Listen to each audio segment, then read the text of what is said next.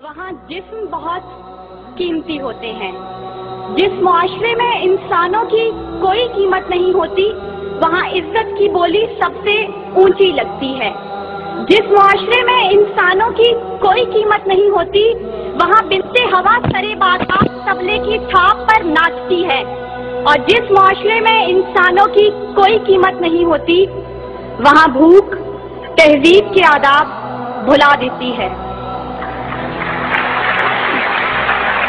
यहाँ हवस के पुजारी स्याह रातों में सफेद जिस्मों का जीवन स्याह करते हैं। यहाँ पे नाचते पैरों की थाप बिकती है, यहाँ पे जागती आंखों के ख्वाब बिकते हैं, यहाँ पे फूल से होंठों की प्यास बिकती है, यहाँ पे जिस्म है बिकते शबाब बिकते।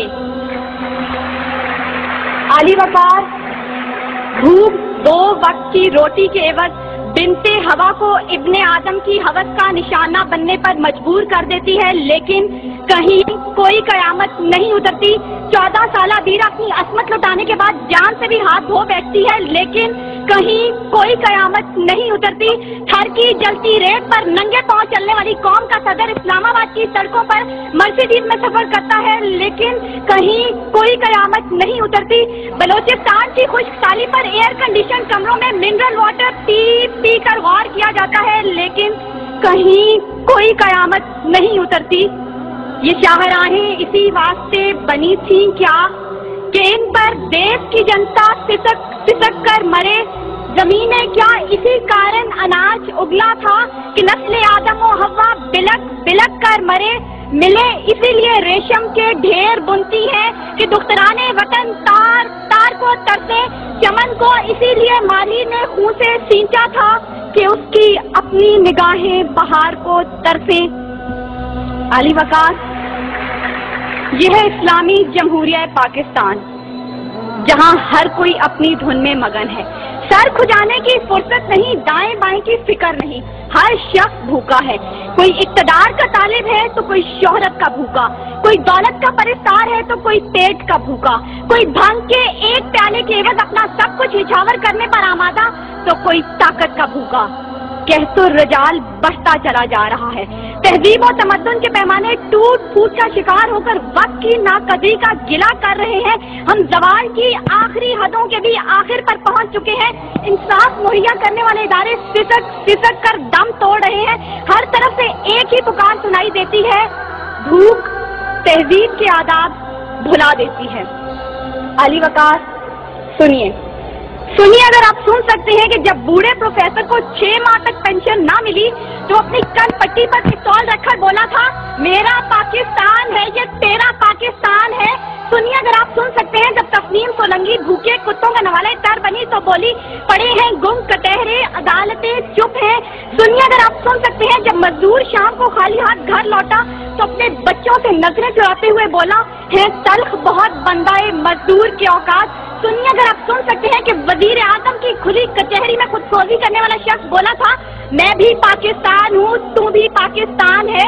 सुनिए, अगर आप सुन सकते हैं जब जागीरदार के दस्तगीर गरीब हारी की बेटी को उठाकर लेके गए थे तो वो बोला था, आवाज दो इंसाफ को, इंसाफ कहाँ है।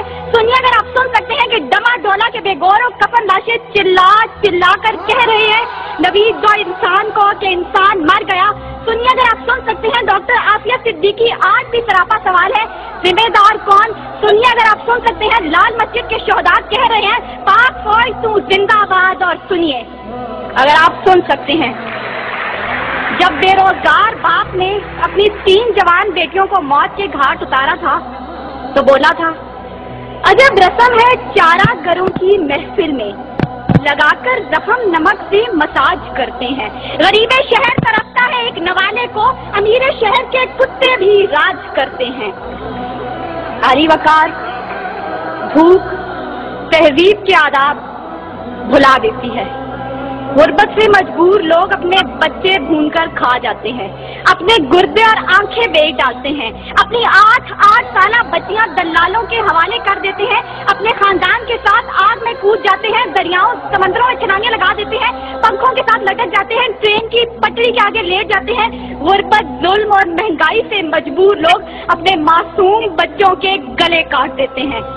आली वकार, सदारत, विजारत और इमारत के भूखे तहजीबी अक़दार को पामाल कर देते हैं। कभी तो चंद खोटे सिक्कों के बस कौम की बेटियों को बेच डालते हैं, तो कभी मसाजिद का तकद्दुस पामाल करते हुए इन्हें लहू रंग करते हैं, और कभी अपनी ही आवाम से कहते हैं मैं तुम्हें वहां से निशाना बनाऊंगा कि तुम्हें पता भी नहीं चलेगा। जब लोग ये कहते हैं खुदा देख रहा है, मैं सोचने लगता हूँ क्या देख रहा है। अली वकार,